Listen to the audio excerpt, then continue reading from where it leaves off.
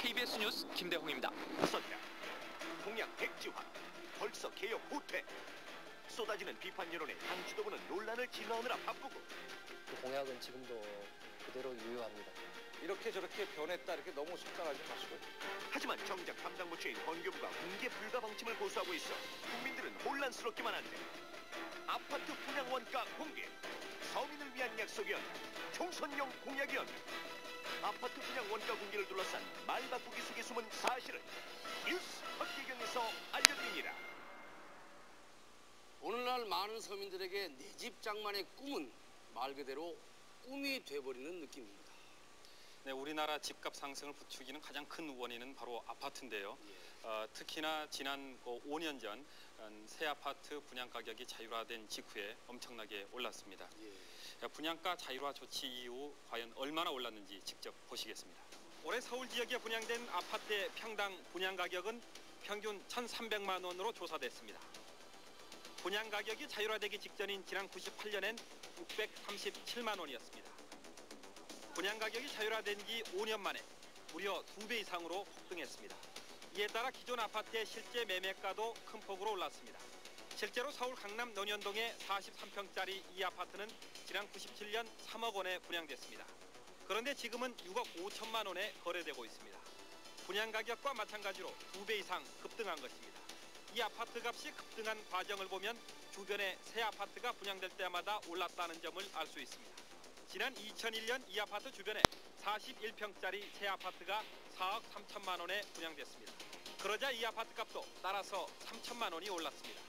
이후 조금씩 올라 이 아파트 값은 지난해 12월 6억 정도였습니다. 그런데 인근의 43평짜리 새 아파트가 7억 5천만 원에 분양되자 6억 5천만 원으로 뻥충 뛰었습니다. 이런 현상은 분양가 자율화 이후 강남에서 시작돼 서울 전역으로 퍼졌고 이어 수도권으로 확산됐습니다. 아파트 분양가가 자율화되면서 주택업체들은 보급 마감재를 썼다며 분양 가격을 슬금슬금 올려왔습니다. 그런데 문제는 이런 고급화의 명분 아래 실제 추가된 비용보다 터무니없이 높은 가격을 붙여 아파트 가격 상승을 부채질했다는 것입니다. 일반적인 그 아파트 평당 분양가는 한 300만 원에서 350만 원 정도 됩니다. 그 건설업체들이 분양가를 많이 받기 위해서 그 내부 시설물을 좀 더 집어넣거든요. 평당 한 100만 원 정도의 그 금액만 더 집어넣는다 그러면은 뭐 외제 대리석이라든지 아니면 뭐 고급 월풀 욕조라든지 에어컨까지 넣을 수가 있습니다. 그렇게 한 100만 원 정도 투자를 해서 분양가는 한 500만 원 이상을 받거든요. 근데 분양 원가를 공개하라. 그렇다면 정확히 어떻게 하라는 겁니까? 아파트를 짓는데 드는 비용, 실제로 드는 비용을 공개하라는 얘기입니다. 여기서 원가를 이루는 가장 큰 두 가지 부분은 땅값과 건축비라고 보시면 될 텐데요. 소비자들은 이 원가에다가 건설업체의 이익이 더해진 가격으로 아파트를 사는 겁니다.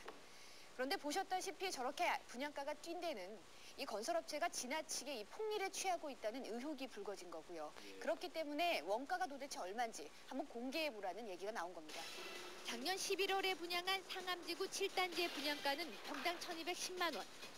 그런데 이보다 6개월 전에 분양한 2, 3단지가 평당 550만 원 선이었습니다. 분양가가 무려 2배나 뛰자 지나치다는 비판이 쏟아졌고 원가를 공개하라는 요구가 거셌습니다. 올 2월 서울시 도시개발공사는 6개월 만에 분양가가 2배 오른 상암지구 7단지 아파트 40평형의 원가를 공개했습니다. 땅값은 305만 원, 건축비는 340만 5천 원이었습니다. 여기에 토지비 이자와 일반 관리비 등을 합한 기타 비용이 평당 90만 2천 원, 736만 원이라는 원가가 나온 겁니다. 분양가 1,210만 원보다 474만 원이 낮았습니다. 39.2%의 이익을 취한 셈입니다. 7단지 원가 공개로 파문이 일자 도계공은 다음 달 분양 예정인 5, 6단지 아파트는 원가를 공개하지 않기로 방침을 세웠습니다. 한번 공개했으니까 우리는 분명히 정직하게 공개를 했는데도 그렇게 못 믿어하고 부풀렸다. 서울, 대구, 부산 등 지자체의 도시개발공사가 분양 원가를 공개하면서 이번에는 주택공사에 대해서도 원가를 공개하라는 압력이 거세졌습니다. 주택공사가 작년 8월에 분양한 인천시 부평구 3산지구 2단지. 당시 33평형의 분양가는 1억 9천만 원이었습니다. 그런데 주민들은 바로 1년 전에 바로 옆에 분양된 같은 평형의 주공아파트는 이보다 4천만 원이 싼 1억 5천만 원이었다며 원가 공개를 요구했습니다. 갑자기 1년 만에 4천만 원을 상승시켰다는 거는 적절한 설명이 필요하다고 봐요. 그러나 주공 측은 원가 공개를 거부했습니다. 그러자 주민들이 자체적으로 원가를 산정했는데 1억 9천만 원에 분양된 33평짜리 아파트 원가는 9천만 원으로 51%의 이익을 남겼다고 주장했습니다. 집 없는 사람, 모처럼 집을 마련해가지고 주거 안정을 꾀하려고 하는 사람, 수년 동안 무주택이었던 사람, 그런 사람들이 열심히 노력하고 애써서 마련하려고 하는데 여기서 이렇게 과도하게 폭리를 취하는 것은 그릇된 것이고. 이에 대해 주공 측은 주민들이 공개한 원가는 임의로 산정한 부분이 많아 문제가 있고 여기서 얻은 이익도 공공개발 사업에 쓰인다고 밝혔습니다.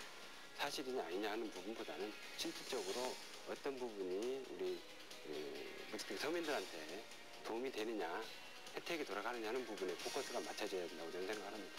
주민들은 조만간 주공을 상대로 원가와 분양가의 차익을 돌려달라는 소송을 제기할 예정입니다. 도시개발공사가 40% 이윤을 챙겼다라고 하는 부분에 대해서 많은 사람들의 시선이 곱진 않은데, 그리고 또 주택공사의 경우에는 51%라고 주민들이 지금 이윤 계산을 한 거 아니겠습니까? 쉽게 믿어지지 않는 얘기인데 말이죠. 물론 이 계산에 대해서는 지금 주공 측과 주민들의 말이 엇갈리고 있으니까 차차 그 정확한 이유는 밝혀질 겁니다. 하지만 다른 공공사업의 재투자를 위해서라고 해도 이 같은 폭리는 좀 과다하다는 지적은 피하기 어려운 상황입니다. 이런 사실이 총선 전에 바로 알려졌기 때문에 많은 사람들이 공분을 했고, 그래서 총선 전에 3당 모두 다 공약으로 내세웠던 거 아니겠습니까? 하지만 총선이 끝나니까 바로 말을 바꿨죠. 게다가 대통령까지 나서서 이 분양원가 공개를 반대한다고 나서니까 이 논란이 아주 뜨거워지고 있습니다. 총선 전 3당은 저마다 원가 공개를 공약으로 내걸었습니다.